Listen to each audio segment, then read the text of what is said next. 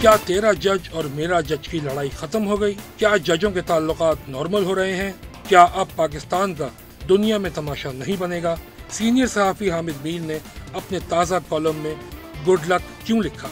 हामिद मीर ने नए chief justice को दरपेश चैलेंजेस से खबरदार कर दिया। अपने ताज़ा कॉलम में उन्होंने नए चीफ जस्टिस के आते ही जजों के बाहमी ताल्लुकात नॉर्मल होते दिखाई देने को खुशाइन करार दिया है।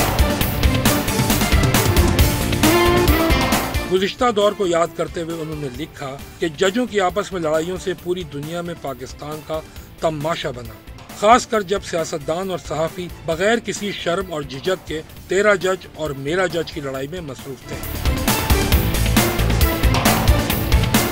उन्होंने सन 1997 के सुप्रीम कोर्ट पर हमले का भी तज़किरा किया, जब बहैसियत सहाफ़ी इस हमले पर तनकीद करने की पादाश में उन्हें एक अखबार की एडिटरशिप भी छोड़नी पड़ी थी। इसके बाद चीफ जस्टिस इफ्तिखार मोहम्मद चौधरी की बरतरफी पर तनकीद भी उन्हें महंगी पड़ी थी और कैपिटल टॉक सड़क पर आ गया।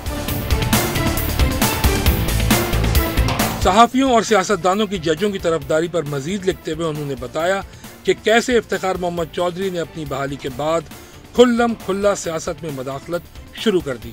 हामिद मीर ने यह भी लिखा कि कई बार फैसले के बावजूद वो खुद को किसी भी चीफ जस्टिस की तरफदारी से क्यों दूर ना रख सके। हामिद मीर के नजदीक साबिक चीफ जस्टिस साकिब निसार के दौर से भी उनकी तल्ख यादें वाबस्ता हैं। उन्हें इमरान खान की हुकूमत में फायज ईसा के खिलाफ नाअहली रेफरेंस केस में दिफा का काफी दुख है।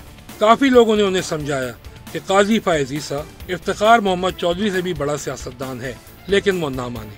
हामिद मीर ने काजी फायज ईसा की मिसालें दी जब उन्होंने अपने मकसद के लिए वकला और सियासतदानों का इस्तेमाल किया।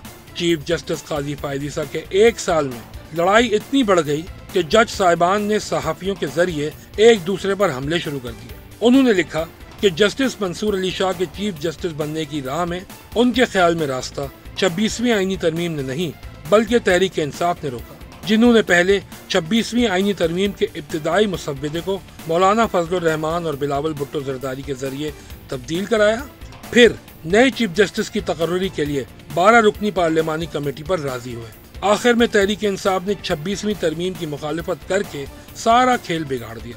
हामिद मीर के मुताबिक चीफ जस्टिस याहिया आफरीदी के बाद प्रैक्टिस एंड प्रोसीजर्स कमेटी में जस्टिस मंसूर अली शाह और जस्टिस मुनीब अख्तर को शामिल करने के फैसले से पता चलता है कि नए चीफ जस्टिस आइन और कानून की अमलदारी पर यकीन रखते हैं। आखिर में उन्होंने लिखा कि तहरीक इंसाफ के वकला को नए चीफ जस्टिस की तकर्रुरी के खिलाफ तहरीक चलाने से पहले ये याद रखना चाहिए कि जस्टिस याहिया आफरीदी ने तहरीक इंसाफ के 103 कारकुनों और रहनुमाओं पर 9 मई के वाक़यात में आर्मी एक्ट के तहत फौजी अदालतों में मुकदमा चलाने की मुखालिफत की थी।